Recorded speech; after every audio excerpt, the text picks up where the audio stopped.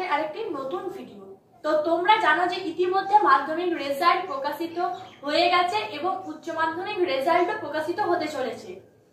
এই মতো অবস্থায় যারা ভাবছে যে আমার পড়াশোনা হয়তো টাকার অভাবে আটকে যেতে পারে, তো তাদের বলি যে তোমাদের জন্য কিন্তু নানা রকম স্কলারশিপের ব্যবস্থা করেছে পশ্চিমবঙ্গ সরকার, যাতে তোমরা টাকার অভাবে পড়াশোনা না ছেড়ে দাও।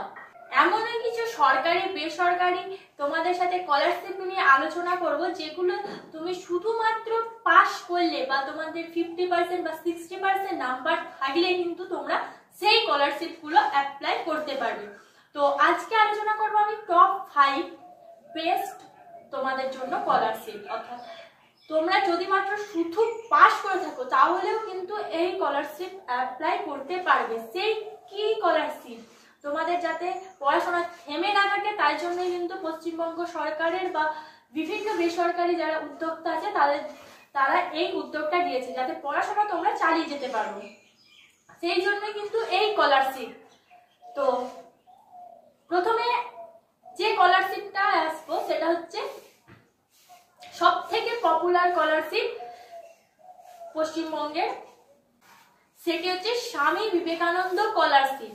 স্বামী বিবেকানন্দ স্কলারশিপের জন্য যারা অ্যাপ্লাই করবে, মাধ্যমিক হোক বা উচ্চ মাধ্যমিক, তোমাদের কিন্তু 60% নাম্বার পেতেই হবে। তো মাধ্যমিকের ক্ষেত্রে 60% কত? তো মাধ্যমিকের ক্ষেত্রে 60% তোমরা জানো যে 700 পরীক্ষা, তাহলে 420 পেতে হবে। 420 বা তার উপরে পেলে কিন্তু তুমি স্বামী বিবেকানন্দ স্কলারশিপ অ্যাপ্লাই করতে পারবে। বা যারা উচ্চ মাধ্যমিক ক্যান্ডিডেট আছো, স্কলারশিপ অ্যাপ্লাই করে হচ্ছে স্বামী বিবেকানন্দ, তাদেরও কিন্তু 60% নাম্বার পেতে হবে। তো 60% নাম্বার মানে হচ্ছে মাধ্যমিকের ক্ষেত্রে, উচ্চ মাধ্যমিকের ক্ষেত্রে যেহেতু 500 পরীক্ষা, তাহলে 60% নাম্বার হচ্ছে 300। অর্থাৎ তোমাদের 300 বা তার উপরে যদি পাও, তাহলে কিন্তু তুমি এই স্বামী বিবেকানন্দ স্কলারশিপ অ্যাপ্লাই করতে পারবে। তোমার 300 থেকে 1 নাম্বার কম হলে, অর্থাৎ তুমি যদি 299 উচ্চ মাধ্যমিকে পাও, তাহলে কিন্তু অ্যাপ্লাই করতে পারবে না। বা মাধ্যমিকের ক্ষেত্রে তোমাদের 420 জায়গায় যদি তুমি 419 পাও, তাহলেও কিন্তু অ্যাপ্লাই করতে পারবে না। তোমাদের 420 পেতে হবে। অর্থাৎ 1 নাম্বার কম হলে তোমরা অ্যাপ্লাই করতে পারবে না স্বামী বিবেকানন্দ স্কলারশিপ। তোমাদের 60% হতে হবে, তবেই কিন্তু তোমরা এর জন্য অ্যাপ্লাই করতে পারবে। তো এর জন্য তোমাদের ফ্যামিলি ইনকাম কত রাখা হয়েছে? তো এখানে কিন্তু ফ্যামিলি ইনকাম নেওয়া হয়। তো ফ্যামিলি ইনকাম এখানে 2.5 লাখ টাকা বা তার কম রাখা হয়েছে। যারা 2.5 লাখ টাকার কম বার্ষিক ফ্যামিলি ইনকাম বা 2.5 লাখ টাকা, তাদের জন্য কিন্তু এই স্কলারশিপটা থাকছে। তো এখানে যারা টপার, অর্থাৎ যারা 1 থেকে 10 পর্যন্ত র্যাঙ্ক করবে, তাদের কিন্তু একটা আলাদা পার্সেন্টেজে স্কলারশিপ দেওয়া হয়। এবং যারা নন টপার, অর্থাৎ যারা স্ট্যান্ড করতে পারোনি, 1 থেকে 10-এর মধ্যে আসতে পারোনি, তাদের জন্য কিন্তু একটা আলাদাভাবে স্কলারশিপ অ্যাপ্লাই করতে হয়। তো এখানে 12,000 থেকে 96,000 টাকা পর্যন্ত বার্ষিক পাওয়া যায়। তো যারা মাধ্যমিক ক্যান্ডিডেট তারা এখানে 12,000 টাকা পাবে, এবং যারা উচ্চ মাধ্যমিক ক্যান্ডিডেট তারা বিভিন্ন স্ট্রিমের বিভিন্ন রকম কিন্তু টাকা পাবে। অর্থাৎ প্রফেশনাল কোর্সের জন্য বা তোমাদের কলেজে যে কোর্সগুলো করবে, ডিগ্রি কোর্স, সেই কোর্সের জন্য, মানে আলাদা আলাদা কোর্সের জন্য উচ্চ মাধ্যমিকের পর কিন্তু আলাদা আলাদা তোমাদের বার্ষিক বৃত্তি দেওয়া হয় এই স্বামী বিবেকানন্দ স্কলারশিপ। তো এবার আসি দ্বিতীয় নাম্বার যে স্কলারশিপটা নিয়ে তোমাদের সাথে আলোচনা করব। দ্বিতীয় নাম্বার যে স্কলারশিপটা নিয়ে তোমাদের সাথে আলোচনা করব সেটা হচ্ছে নবান্ন স্কলারশিপ। নবান্ন স্কলারশিপ পেতে গেলে তোমাদেরকে মিনিমাম 50% নাম্বার পেতে হবে। যদি তোমরা 50% নাম্বার পাও, তাহলে কিন্তু এই স্কলারশিপ ফিল আপ করতে পারবে। 50% নাম্বার মাধ্যমিকের ক্ষেত্রে কত?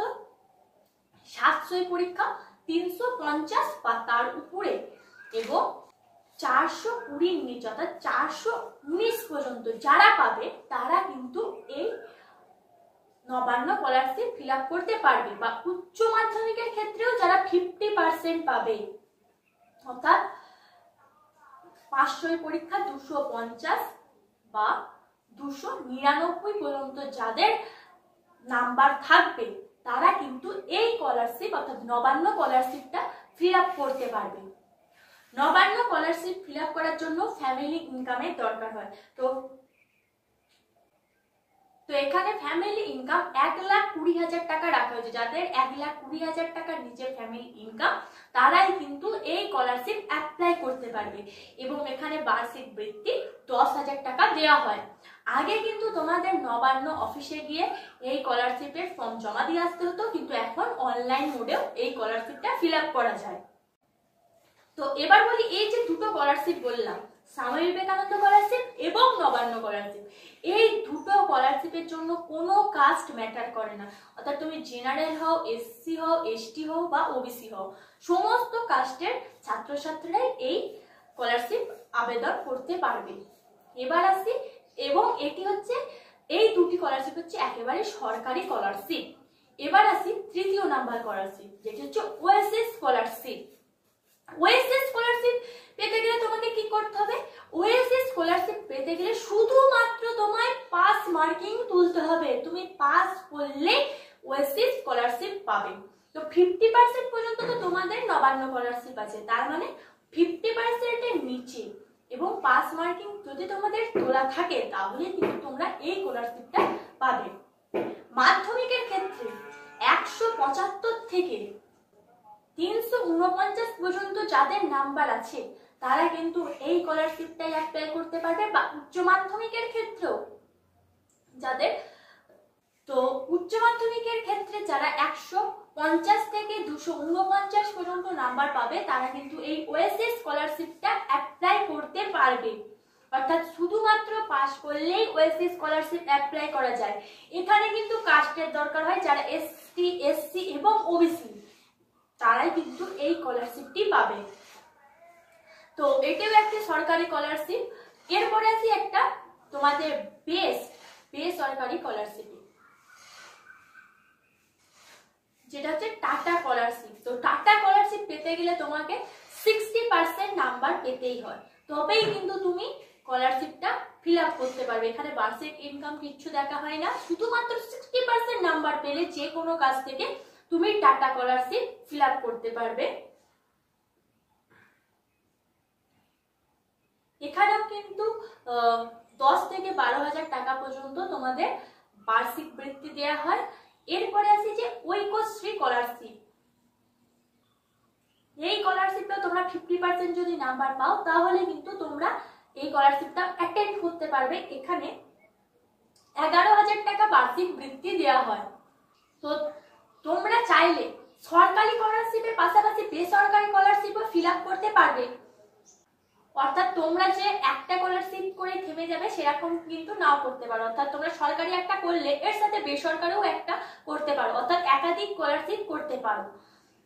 কিন্তু সরকারি একটা করার পর আর একটা সরকারি স্কলারশিপ কিন্তু করবে না।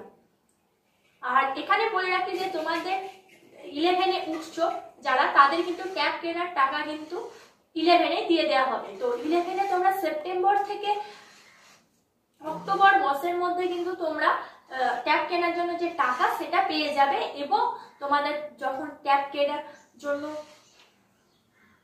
টাকা দেয়া হবে তখন তোমাদের নিজস্ব পাসবুক এর জেরক্স স্কুল জমা নেবে।